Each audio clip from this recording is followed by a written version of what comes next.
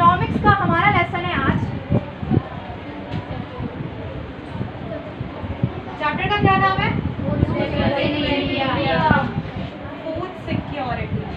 अच्छा ये बताइए कि फूड सिक्योरिटी में सबसे इम्पोर्टेंट इंडिया में कौन सा सिस्टम था? अभी भी चल रहा है, पीडीएस। सबसे इम्पोर्टेंट अगर मैं बोलूँ कि जो पॉलिसी गवर्नमेंट लाई थी वो कौन सी थी? पीडीएस। पीडीएस के बारे में मैंने आपको कई बार बताया था, लेकिन 1997 में टीपीडीएस आया था। TPDS target public distribution system. Target public distribution system नाम से कुछ समझ में आ रहा है कि गवर्नमेंट ने क्या बना लिया था? एक ऑब्जेक्टिव, एक उद्देश्य, एक टारगेट, एक लक्ष्य बना लिया था कि भाई इतने लोगों को हमें क्या करना है? फूड डिलीवर करना है। ठीक, तो ये जो पॉलिसी थी ये टारगेटेड पब्लिक डिस्ट्रीब्यूशन सिस्टम के तहत, याद रखिएगा क्या थी? यानी एक लक्ष्य बना लिया था, एक एम बना लिया था, उसके तहत थी। ठीक है, जिन बच्चों का ध्यान क्लास के बाहर है वो क्लास के बाहर जा सकते। अब यहाँ पे बात करूँ एक एक पॉलिसी के बारे में, उससे पहले मैं आपको एक चीज बता दूं कि मैंने आपको बताया था कि जो फर्स्ट 5 ईयर प्लान था उसका मेन टॉपिक क्या था? एग्रीकल्चर। सेकेंड 5 ईयर प्लान का मेन टॉपिक था इंडस्ट्री। तो फर्स्ट 5 ईयर के प्लान में हमें एक चीज समझ में आ गई कि भाई इंडिया में अगर हम बहुत अच्छे किस्म के फूड चाहते हैं, यानी कि अच्छे लेवल पे चाहते हैं, तो हमें क्या करना पड़ेगा? कुछ नया ट्राई करना पड़ेगा। जो फार्मिंग हम ट्रेडिशनल यूज कर रहे हैं हमको उस फार्मिंग को मॉडर्न में कन्वर्ट करना पड़ेगा। इसके लिए एक बहुत अच्छी सी पॉलिसी या मैं कहूँ गवर्नमेंट की तरफ से आई, चकबंदी और ग्रीन रेवोल्यूशन। ये दो अलग अलग चीजें। पहले बात कर लेती हूँ चकबंदी। देखो इंडिया में एग्रीकल्चर इतना लॉस में क्यों जाता है, नुकसान में क्यों जाता है, फार्मर्स की इतनी कंडीशन खराब क्यों होती है, उसका सबसे अगर मैं बोलूँ बेसिक जो टॉपिक है इस प्रॉब्लम का वो ये है कि यहाँ के फॉर्म्स के साइज बहुत छोटे होते हैं। यानी जो आप खेत देखते हो, कभी गांव वगैरह गए होंगे, तो जो खेतों के आकार होते हैं वो काफी छोटे होते हैं, देखा है? ठीक, तो ये सबसे बड़ी प्रॉब्लम थी। तो अगर मैं यहाँ पे बात करती हूँ चकबंदी, ये क्या है? चकबंदी आज से पहले नाम सुना है इसका? चकबंदी क्या होती है? पहले इसकी बेसिक चीजें समझ लेते हैं। चकबंदी कब स्टार्ट की गई थी? तो याद रखिएगा चकबंदी सबसे पहली बार इंडिया में पंजाब में स्टार्ट की गई थी। कब? कौन सा स्टेट है वो? इंडिया में चकबंदी सबसे पहली बार पंजाब में। कब? 1920 1920 में। ये ब्रिटिश टाइम है ना, देश में किसकी सरकार है? ब्रिटिश गवर्नमेंट है। तो ये वो टाइम है जहां पे ब्रिटिश गवर्नमेंट ने पहली बार चकबंदी लगाई थी पंजाब में 1920 का 1920 में। उसके बाद हम बात करते हैं कि इंडिया में सबसे पहली बार चकबंदी आजादी के बाद, ये आजादी से पहले की बात है, आजादी के बाद सबसे पहला स्टेट को कौन था जहाँ चकबंदी लगाई गई? तो हमारा स्टेट उत्तर प्रदेश। बिल्कुल 1954 में यूपी में चकबंदी की कुछ डिस्ट्रिक्ट्स में लगाई गई थी, जिसमें बात करूं सुल्तानपुर, ठीक, कुछ डिस्ट्रिक्ट्स में लगाई गई थी। लेकिन 1958 में कंप्लीट पूरे के पूरे स्टेट में लग गई चकबंदी। 1954 डिस्ट्रिक्ट सुल्तानपुर, 1958 पूरे यूपी में। पहली बार जैसे हम कुछ नई चीज ट्राई करते हैं तो कुछ छोटे लेवल पे करते हैं, तो पहली बार जब गवर्नमेंट ने चकबंदी स्टार्ट की यूपी में तो 1954 में स्टार्ट की, लेकिन 1958 में पूरी की पूरी यूपी में, पूरे उत्तर प्रदेश में चकबंदी लगा दी गई थी। क्लियर?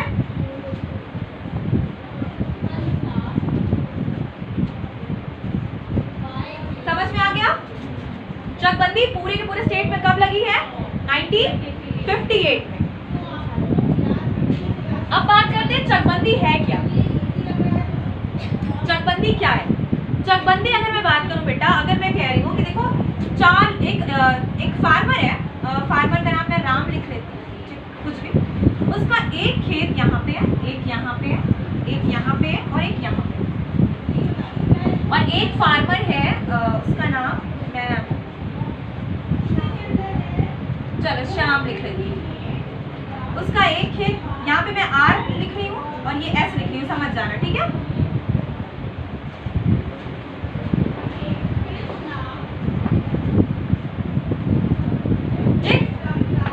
समझ में आ रही बात? राम नाम का एक फार्मर और एक नाम किसका है, श्याम। इसी तरह बहुत से लोग होंगे, ठीक। उसका एक खेत यहाँ पे, एक यहाँ पे, एक यहाँ पे और एक यहाँ पे। कितने खेत है उसके? 4 जगह बटे हुए खेत, अलग अलग दिख रहे हैं आपको।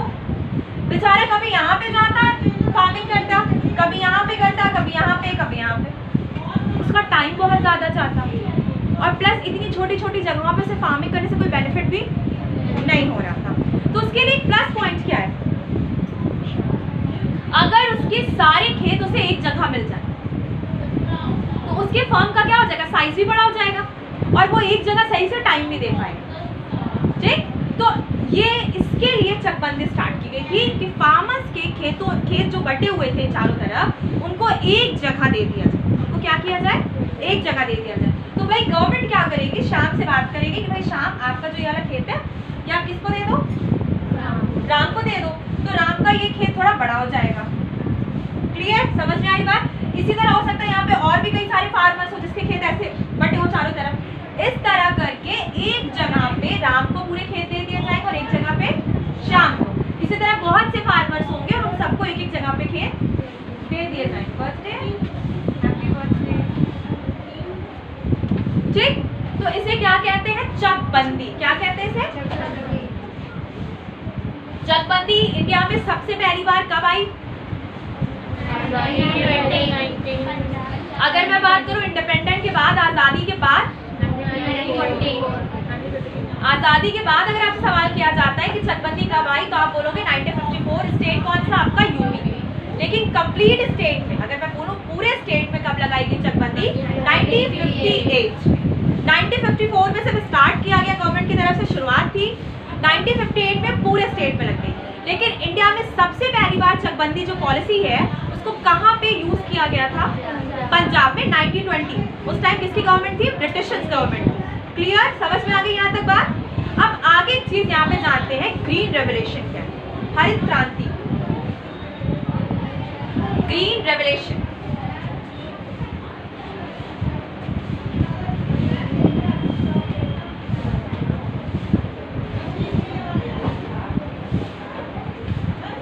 हरित क्रांति किससे जुड़ी हुई है? ये किस चीज, किस टॉपिक से?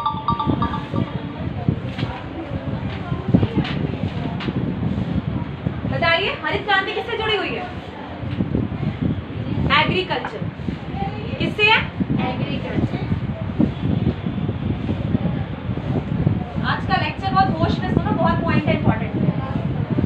ग्रीन रेवोल्यूशन जो है ये किससे जुड़ा हुआ टॉपिक है?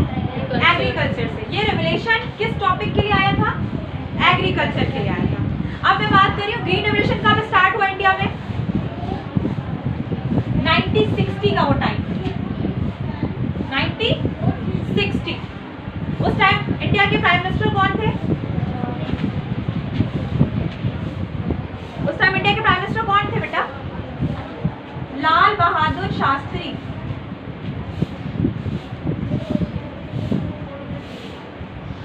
इंडिया के प्रेसिडेंट कौन, सॉरी प्राइम मिनिस्टर कौन थे? Prime minister PM Lal Bahadur Shastri.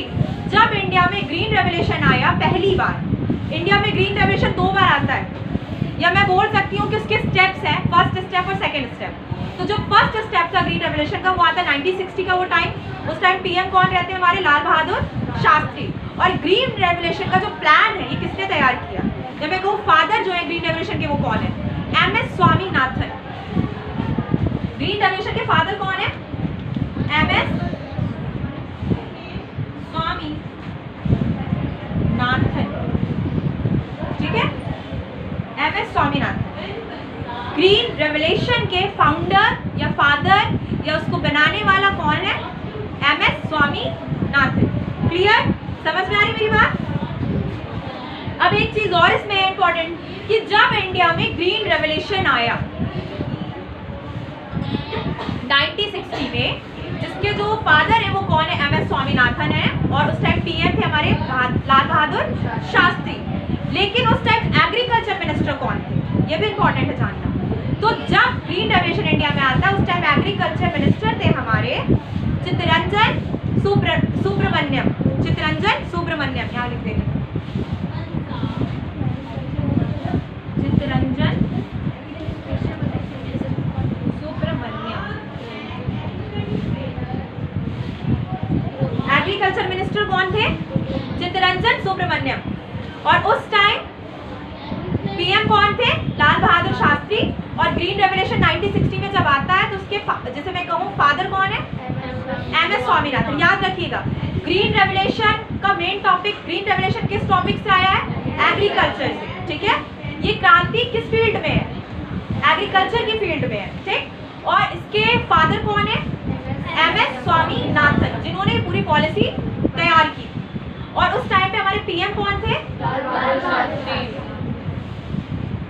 Agriculture minister कौन थे, चित्तरंजन सुब्रमण्यम। और प्रेजेंट टाइम में हमारे एग्रीकल्चर मिनिस्टर कौन है, शिवराज सिंह चौहान। याद रखिएगा ये चीज। प्रेजेंट टाइम में, आज के टाइम में हमारे एग्रीकल्चर मिनिस्टर कौन है, शिवराज सिंह चौहान। शिवराज सिंह चौहान इससे पहले एमपी के प्राइम मिनिस्टर, सॉरी वो थे सीएम थे, चीफ मिनिस्टर शिवराज सिंह चौहान। शिवराज सिंह चौहान भाई ये एमपी के चीफ मिनिस्टर रहे कई साल। शिवराज सिंह चौहान इस टाइम क्या है, इंडिया के एग्रीकल्चर मिनिस्टर है। समझ में आ रही है मैं क्या पढ़ा रही हूँ आज, कुछ दिमाग में उतर रहा है। अब ग्रीन रेवोल्यूशन है क्या, उसको मैं पढ़ाती हूँ। फार्मिंग में, खेतों में जो साइज फर्म्स के छोटे थे उस पर काम किया जाए। लेकिन सबसे इंपॉर्टेंट टॉपिक था इसमें बेटा न्यू सीड्स और न्यू फर्टिलाइजर्स। न्यू सीड्स नई किस्म के बीज, और फर्टिलाइजर जो कीटनाशक, फर्टिलाइजर जानते हो ना, कीटनाशक जो यूज होते हैं। एशिया की सबसे बड़ी फर्टिलाइजर कंपनी कहाँ है, एशिया की सबसे बड़ी फर्टिलाइजर कंपनी कहाँ है, फूलपुर। यहाँ पास में अगर कोई जानता होगा उस जगह का नाम इफ्को। इफ्को नाम सुना, बहुत बड़ी कंपनी है। फूलपुर सुना, तो फूलपुर में ही इफ्को नाम की एक बहुत बड़ी फर्टिलाइजर की कंपनी, और ये एशिया की सबसे बड़ी कंपनी।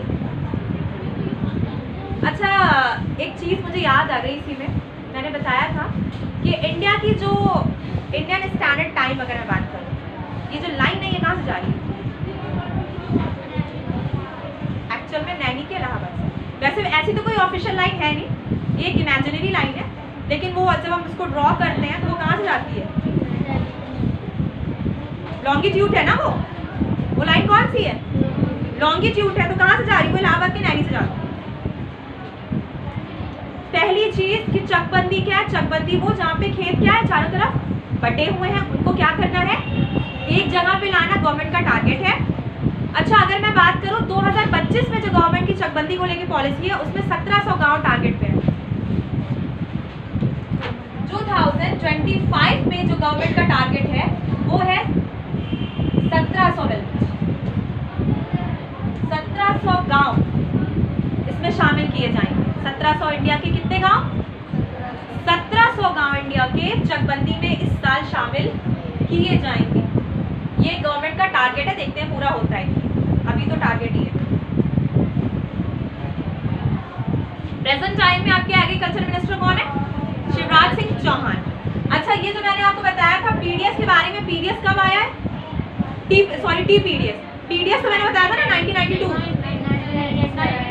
और टीपीडीएस 1997।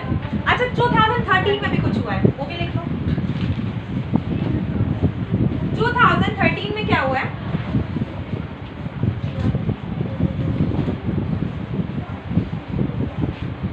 एक एक्ट आया है,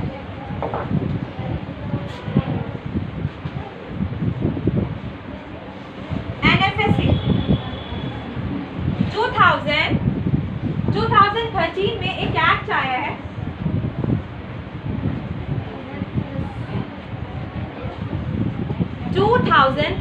में गवर्नमेंट एक एक्ट बनाती है जिसका नाम है NFSA, national food security act.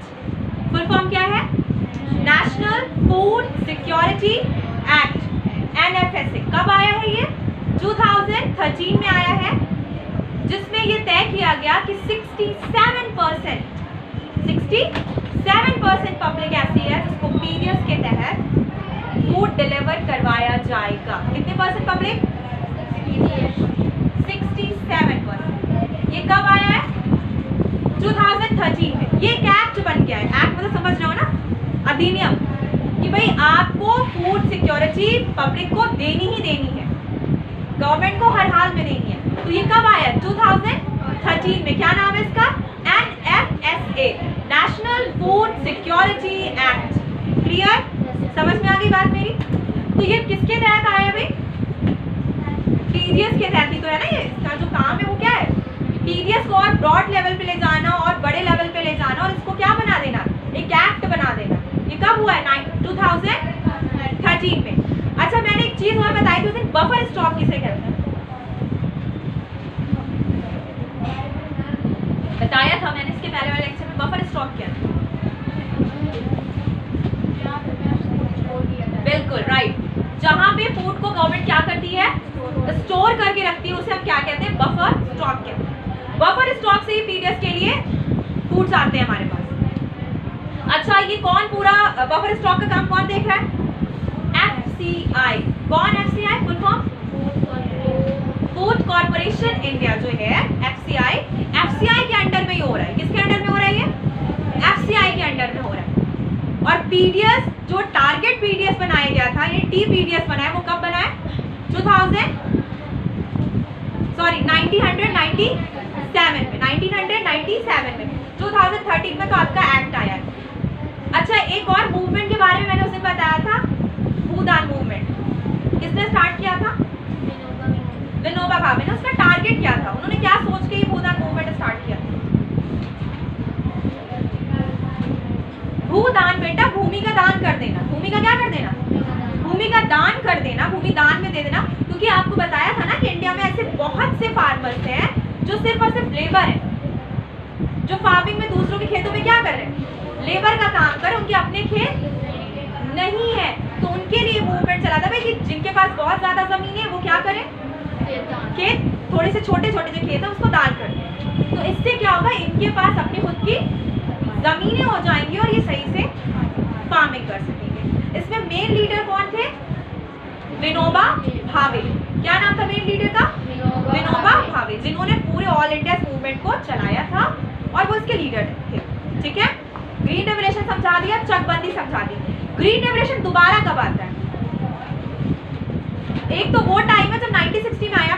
अगर मैं बोलूं सेकंड टाइम जो ग्रीन रेवोल्यूशन आता है बेटा वो 1980 में, सेकंड स्टेप इसका। उस टाइम पीएम कौन है? इंडिया की first women prime minister Indira Gandhi.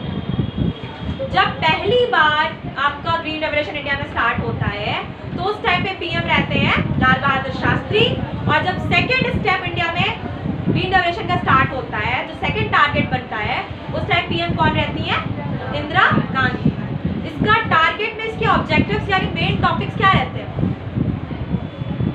Fertilisers, seeds, traditional farming से हटकर मॉडर्न फार्मिंग पे ध्यान देना, फॉर्म्स के साइज बढ़ा देना, ये सब इसके इंपॉर्टेंट पॉइंट्स हैं। किसके? Green revolution.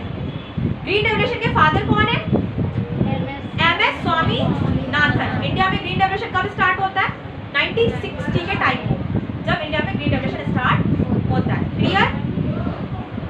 कब तक चलता है ग्रीन रेवोल्यूशन? 1960 का वो जो टाइम अगर मैं रेशियो ले तो खत्म हो जाना 1978। और अगर मैं कहती हूँ 1980 से जो स्टार्ट होता है ये चलता है 1991। 1980 से स्टार्ट होता है ये चलता है 1991 और 1960 जो स्टार्ट होता है वो चलता है 1978।